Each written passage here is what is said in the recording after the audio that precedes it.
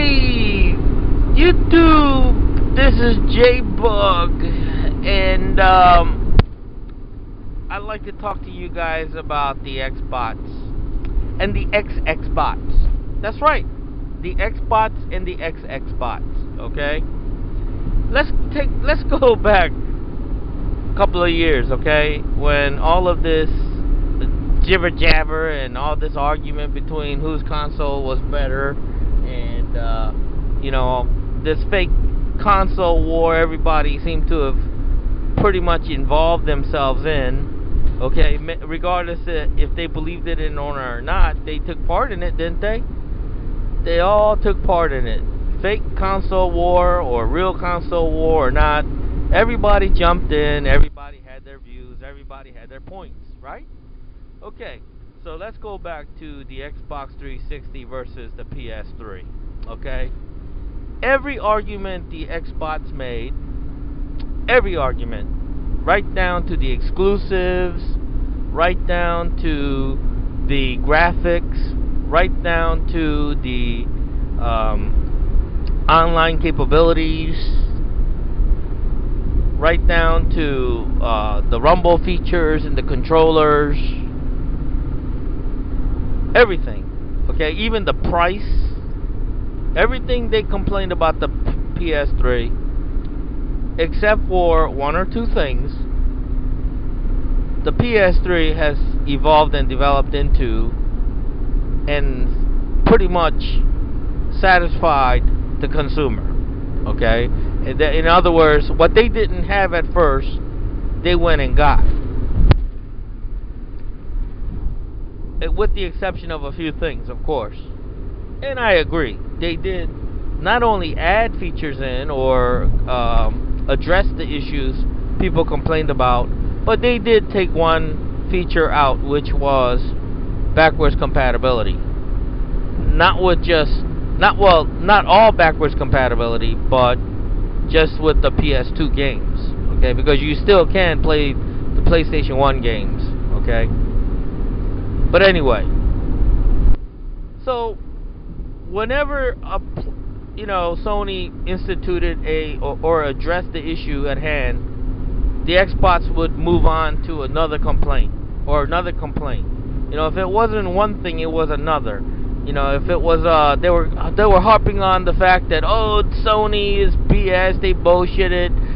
They said that the PS3 didn't have rumble feature and couldn't do the rumble feature because of the 6-axis controller, this and that, but ultimately, people complained about it so much, they did finally add rumble to it, okay? So that stopped the complaints there, so they had to move on something different, okay? They had to move on the price. The thing was too expensive, it was a fail because it was $600, okay? Not even accounting that the Xbox 360 at the time was $400, and that if you added one or two features that the PS3 had that the Xbox 360 didn't, plus the Xbox Live fees, you would have well been over $600. Not accounting for that, of course, they complained about the price of the PS3. What did Sony do? They lowered the price. So, of course, the Xbox now have to move on to another complaint. And this went on and on. This went on and on, okay? And these so-called Xbots eventually became the XXbots. Not because they saw the light at the end of the tunnel, and not because they realized, Sony has really addressed a lot of the issues that we complained about. We should be more objective now, and let's go and buy a PS3. No. They don't do that. Why? Because they're butt hurt and they are pig-headed and hard-headed, okay? So what do? They can't win the argument, they can't win the fight. So what do about 90% of them do? They go to the PC.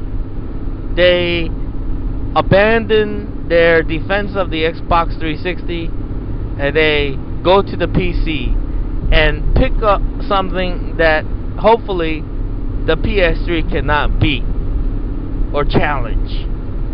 And this is how they're going to try to win the argument. This is how they're going to try to say they are on the side of the more superior gaming device. They fail to realize that the PS3 is the ultimate console. It is the ultimate gaming machine this generation. Okay? It provides the better service. It provides a better service and value. Okay? Because number one, it doesn't cost you $60 a year to play it. And I don't care what you say. I don't care how rich you are. $60 is not nothing, okay? It's something. $60 is a little bit more than what you're trying to make it out to be, okay? So, I don't want to hear this, oh, you know, $60 is nothing, I blow that on this and that, whatever. Well, blow it on this and that. Don't blow it on something that can be free, on some, you know, something that should be free, you know? But anyway, everything except for cross-game chat and party chat, the PS3 has matched the Xbox 360 and it done it with better value. They have achieved exclusives beyond the Xbox 360 now. Developers have gone towards the PS3 more so than the Xbox 360. The Xbox 360 is nearing its end of its life cycle, and the PS3 is finally winning. Okay, so what do the Xbots do? They become an Xbox and defend the piece of plastic called the PC. Okay, and then go around acting like they're better than everybody else. And I think everybody knows who these people are. I think everybody knows who these people are. Okay?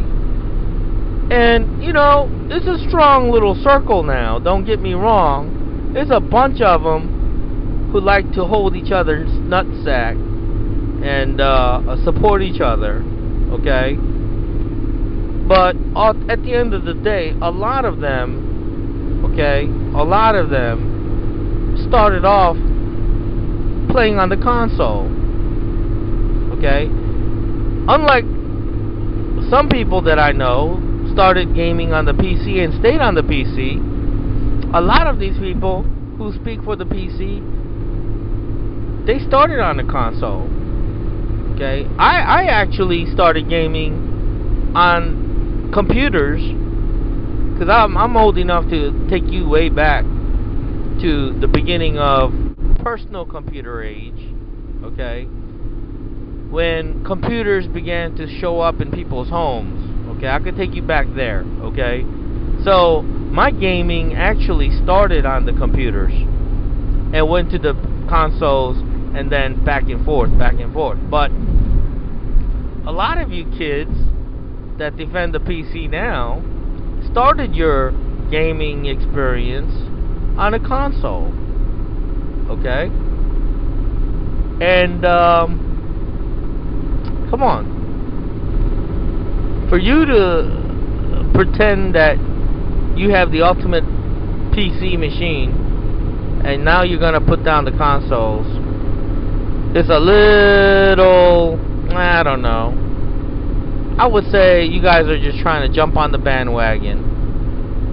You know? So, let's stop the nonsense, folks. Admit to the superiority of the PS3, the superiority of the Blu-ray, the superiority of the web browser, the superiority of free online multiplayer gaming, and let's call it a day, okay? And let's start enjoying these games for what they are, instead of fighting over whose console is better. Because we all know the best console is the PS3, okay? And my PS3, and majority of you that own a PC gaming, so-called quote-unquote PC gaming machine, examine it very closely what it is, okay? You can't put $150 or $99 special graphics card into a desktop computer and call it a gaming rig. Come on, seriously. I mean, yeah, your graphics performance is gonna be much improved.